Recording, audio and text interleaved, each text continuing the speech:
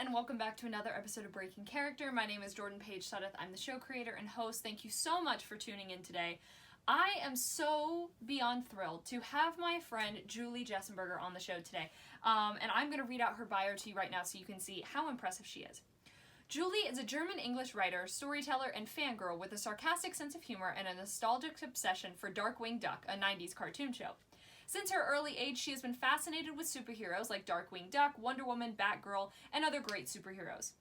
It's the sense of adventure and standing up for others that inspire her. This also shows up in her scripts like Witch Heart, an action fantasy TV show about modern witches in London, whose magic roots in embracing empathy while it deals with friendship, betrayal, and social injustice. Her projects not only show complex female characters who are kick-ass, fearless women, but there's also always a glimpse of magic. As a German, she adores the original fairy tales that are mind-boggling, bloody, and just not all as cheesy as the Disney versions. But she's not only a scriptwriter with several and different projects going on simultaneously, she also has been drawing since she can hold a pen. She uses her artistic skills for creating fan art, lovely pictures of her friends, or a comic series called The Brezel Life that portrays her weird encounters during the Odyssey called Life. If there's something that JULE doesn't like, it's if someone wants to label her. She's not only a writer, but a creator of many things. No matter if it's a German adventure book series based on fairy tales, scripts about sirens, badass women, and a cursed small town, comics, or even a podcast about the origins of fairy tales. If there's one thing that JULE likes, it's creating stories in all kinds of formats that leave prints on people's souls. Right now, JULE lives in Munich in her cozy, nerdy apartment while she's planning on conquering the film and comic industry. Warning, don't ask her about pirates. That's her new obsession, and it will take up all the interview for her to fangirl about. So without further ado, let's head to Zoom. I am so excited because today I am here with my friend JULE, and I have not seen her in so long. So how are you doing? What's up? I'm doing great. It's going to be winter soon. I mean, it is winter here in Germany because I'm from Munich now, where I live. And so it's getting very cold and very rainy, and it's just like outside. But yeah, I mean, apart from that, it's okay. Like I had a good day at work today, so everything is fine. That's good. That's good. Yes, so the time difference between us is, I think, 6 hours. I think there's 6 hours between us. Yeah, I guess it's 6. I mean, it's which noon. Is not as intense as I thought it would be. I thought it was going to be like 7 or like 8 or 9, and thankfully it's not. It's only 6. So, yeah. Well, I am so excited to have you on the show and just to get to talk to you after far too long of not talking to you. So let's start this off with a game of 2 truths and a lie. I'm going to attempt to guess which one the lie is. Sometimes I do well with this, sometimes I don't. So we'll see if I get it right this time. Okay. Oh, that's great. Okay, so first one. I once ran an insane 12-mile obstacle race called Tough Mudder. Second, I play an instrument. Third, I drove illegally a few times before I got my driver's license. Oh, okay. Okay. These are things that did not come up at all as far as I remember when we were in school. So I can't even pull up prior knowledge. Nice. Okay. I am going to guess. I'm going to guess that the first one is the lie. The obstacle race? Yeah. No, it's the truth. It's true. Which one's the lie? Yeah, the lie is the second one. I don't play any instrument, unfortunately. I would love to. Maybe someday. Maybe someday. So how was that obstacle course? What was that like? It was pretty insane. I mean, it's called Tough Mudder, so it's kind of like an international thing. And what, like, 2 friends of mine, it's kind of started in a really weird way because it was, I think, 2016, so it's been a couple of years ago. But we decided at January, the beginning of the year, we're like, oh my God, that took like a thing. We need to be fitter, we need to be more healthy, just, do more sports. But you were like, we need some motivation, like something that really, keeps us going for the year. And then one of my friends, Claudia, she was like, what about Tough Mudder? And we're like, what is this? And it is like in the south of Germany, it is a 12-mile obstacle race that goes up a mountain a little bit, but not, up to the top, but it goes up a bit. You need to go through mud. You need to like crawl through mud. You need to crawl through a lot of weird stuff and like just on the ground. And then you also have like electrical line shots kind of things. You need to go like sneak through or they just like hit you. Oh my gosh. It was military, and And we were all like, and we pay for that, so we do that. But yeah, so we trained all year, and then in September we did it. Like we ran it together as a team, and yeah, we succeeded. So it was just a very weird and tough thing, but we did that. That talk about motivation. That is definitely some motivation right there. That sounds intense. So that is wow. Okay, so first question, you are so multi-talented in so many ways. So I would love for you to tell us all the different things that you do and how did you get into the creative industries that you're in? Yeah, yeah, that's true. I do a lot of different You do a things. lot. You do a ton. I do. Yeah, that's very, very true. I try to just off the top of my mind, I try to I will tell you all my projects I'm kind of currently working on, but from a like low priority, I casually think about it and I want to do that one day. Through a low like high priority where I'm just, this is like I'm really working on right now and like almost so kind of like the low priority and what I'm currently thinking of and want to do is definitely next year I want to write, direct, and produce my own short movie or like a web TV show, like series. So I'm already assembling a little crew. So I always like reach out to people I know and I'm just like, hey, would you be interested in this kind of stuff? I also try to finish my German book that I'm currently writing. Or like I'm not currently writing, but I wrote a lot, but I haven't really finished it yet. It's kind of like an adventure fairy tale book, and I want to self-publish that or maybe send it to publisher. I'm not sure about that yet.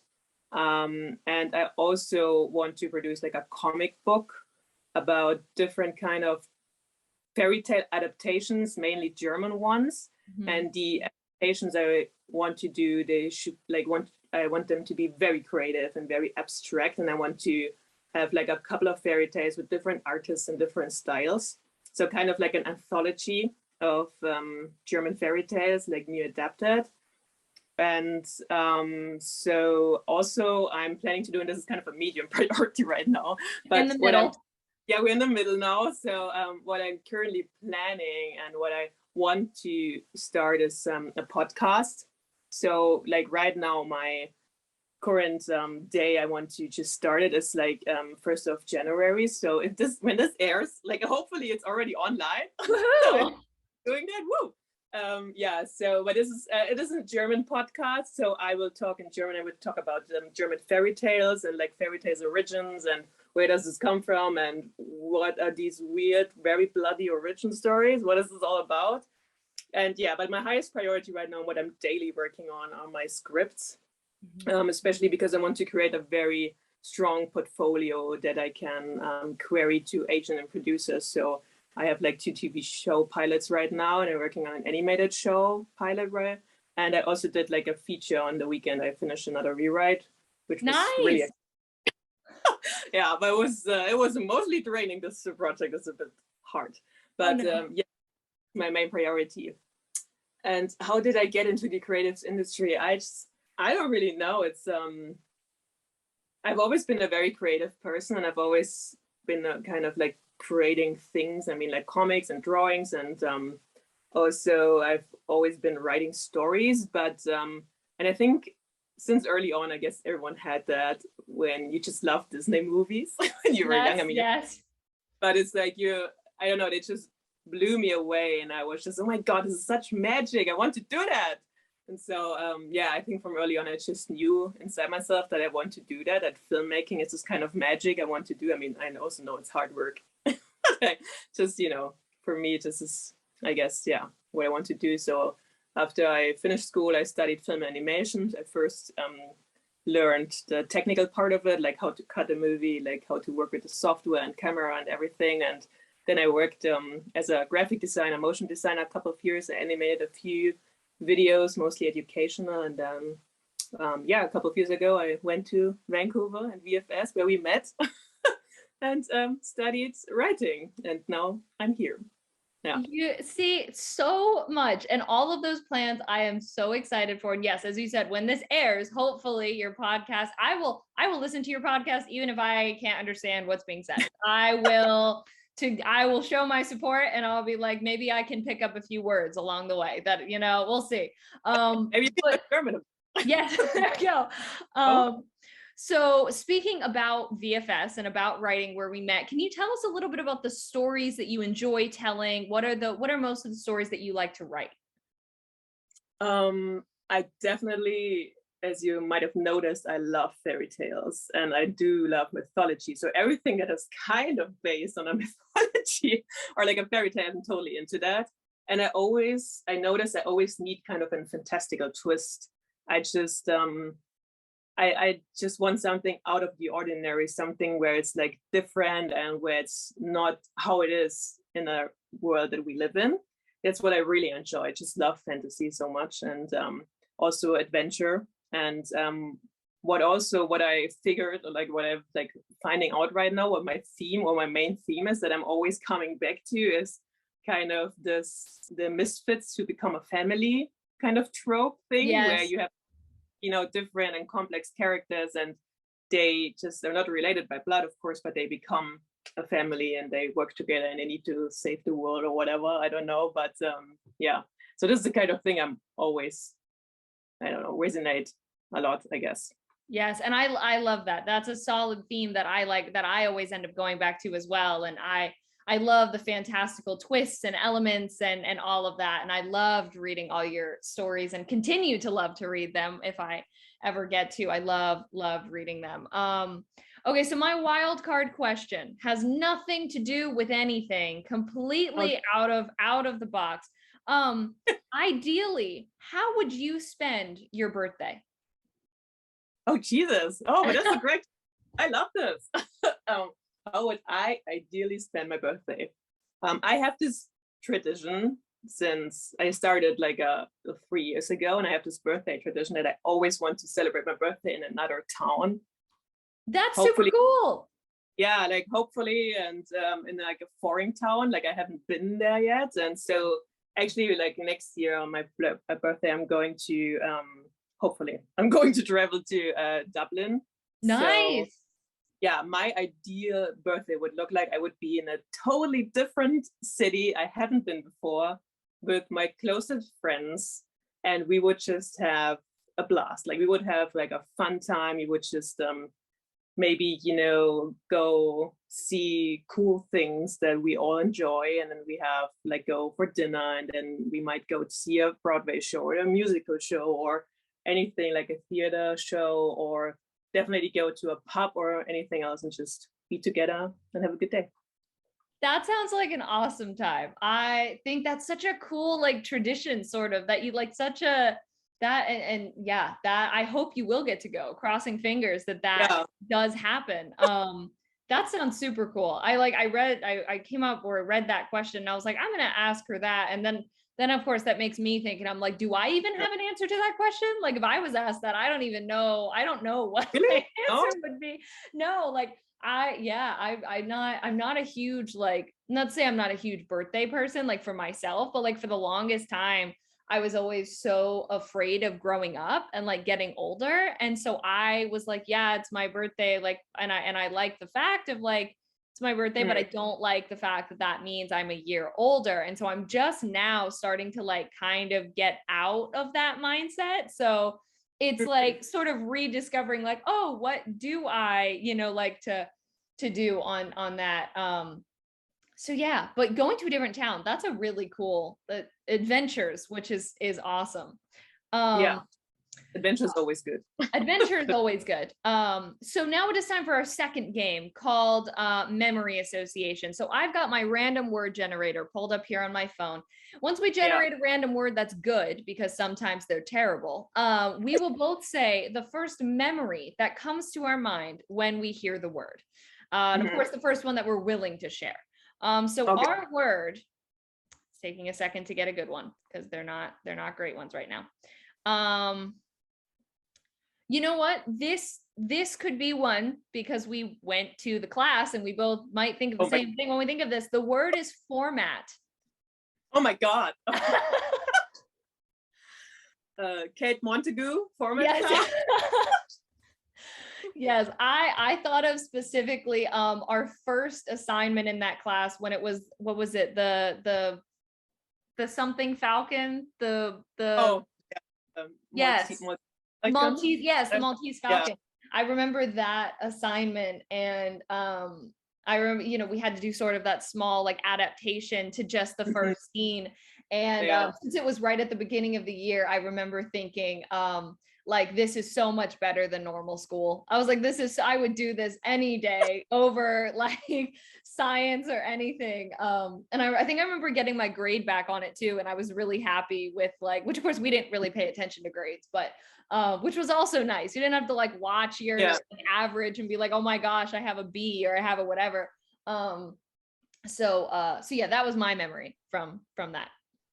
Yeah, definitely the class. I was just, I guess because always, even now when I'm writing my screenplays, I still have Cat Montague in my head and be like, don't do that.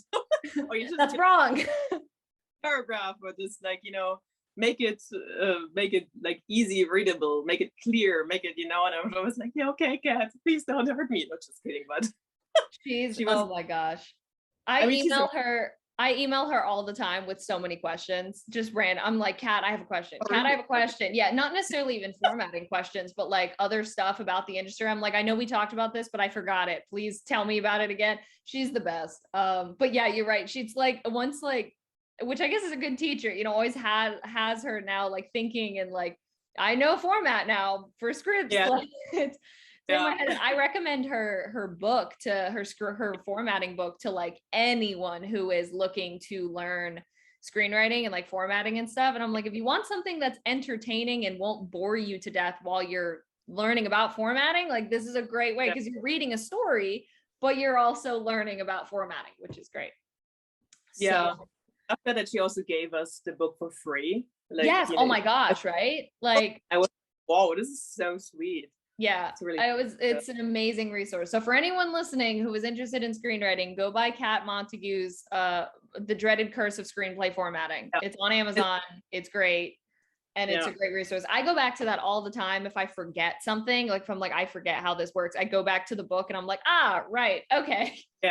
Because sometimes it does slip my mind. And then, okay. So I know in your bio, you said I should not ask you about pirates, but I have to ask you about pirates. So please tell me about your obsession with pirates right now.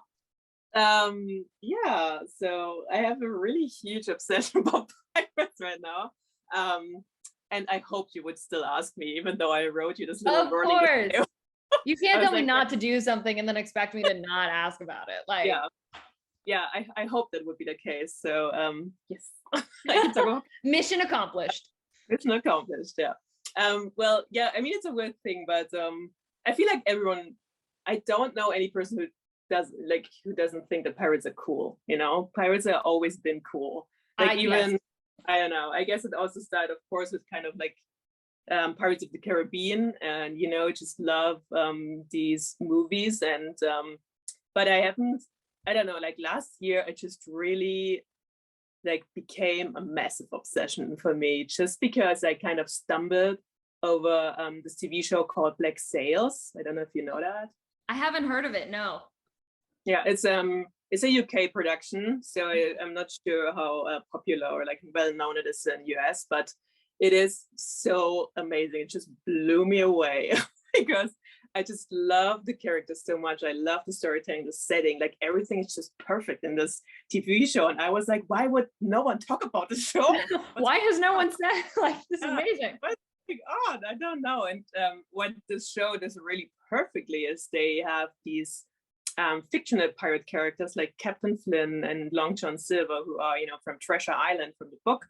And but also have like the kind of real pirates that we know from history. And so they merged that together in a really cool world where they just, you know, hunt treasures and like kill each other, and there's a lot of drama going on, and the characters are just great. And I was so intrigued and so obsessed with that show that and it only has like 4 seasons with like 8 episodes each. So it's not, and so I kind of fell in a hole, I guess, after I watched it. And I was like, oh my God.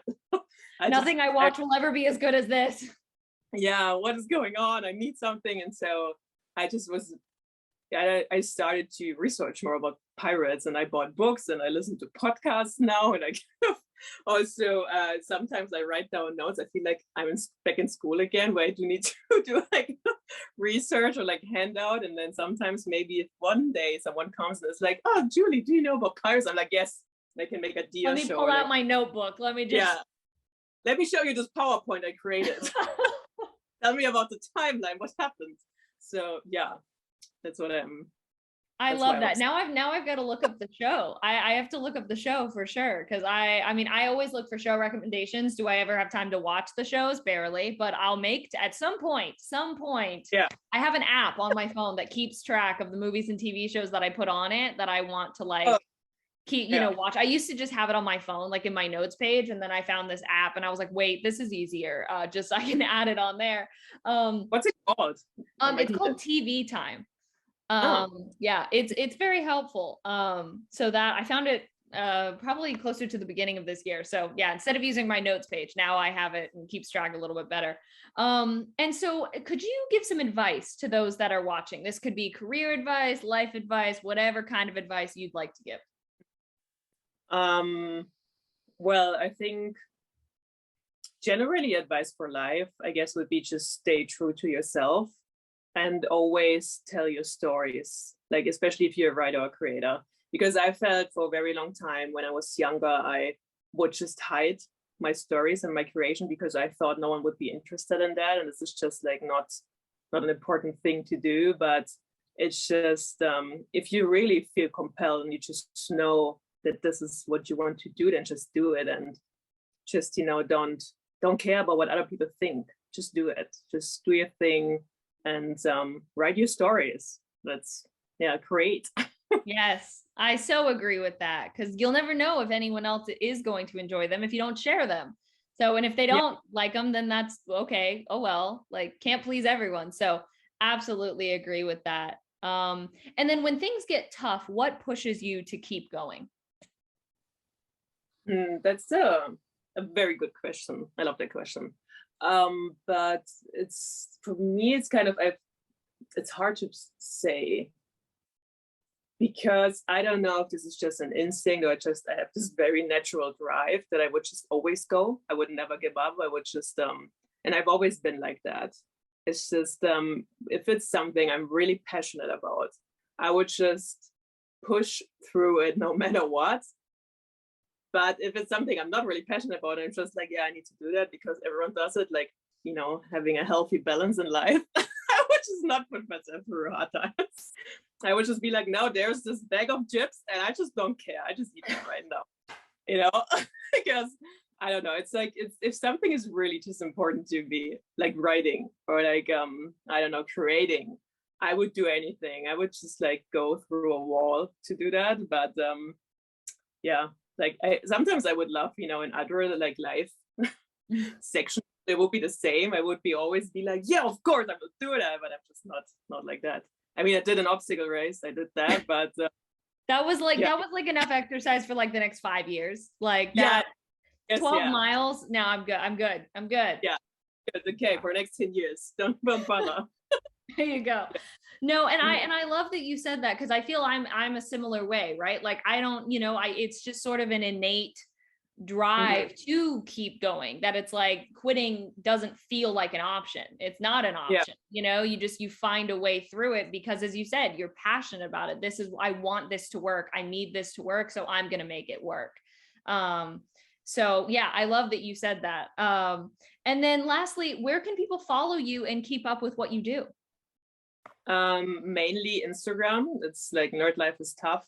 It's my main Instagram, and there's like there are also links to all sort of kind of other websites, or like my new comic account I created. I just saw that. Yes, I need to catch up on Instagram so bad, but I did see that briefly, so I need to follow that. So I guess it's mainly Instagram, because I try to put everything I work on there. I also do a little like private stuff there too, but I guess mainly if people want to follow me, they can just go on my Instagram and then go to my website and see what I do. Awesome. Well, I will put your Instagram in the description below so everyone can go and follow you on there. And thank you so much for being on the show. I am so, so glad that I have you on as a guest. I'm so excited for this to go up. Yeah, thank you. I feel very honored to be a guest on your show. Of course. Well, I'm going to click stop on the recording and we're going to head out of Zoom. Thank you all so much again for watching. I really hope you enjoyed. If you did, you can feel free to like, comment if you want, subscribe, but you don't have to. You can follow us on Instagram at Breaking Character Show if you'd like. And if you'd like to follow Julie or myself on any of our social medias, that is in the description box below, as well as a link to submit yourself if you're interested, if you're a creative and you're interested in being on the show. Love to have you submit. And we're filming this so early that I actually am not sure who is on the show next. So you're just going to have to be surprised. We'll all be surprised, but it will be announced on the social media, unless if it's a break week. But then the next person will be announced on social media. So thank you so much again for watching, and we will see you next Tuesday.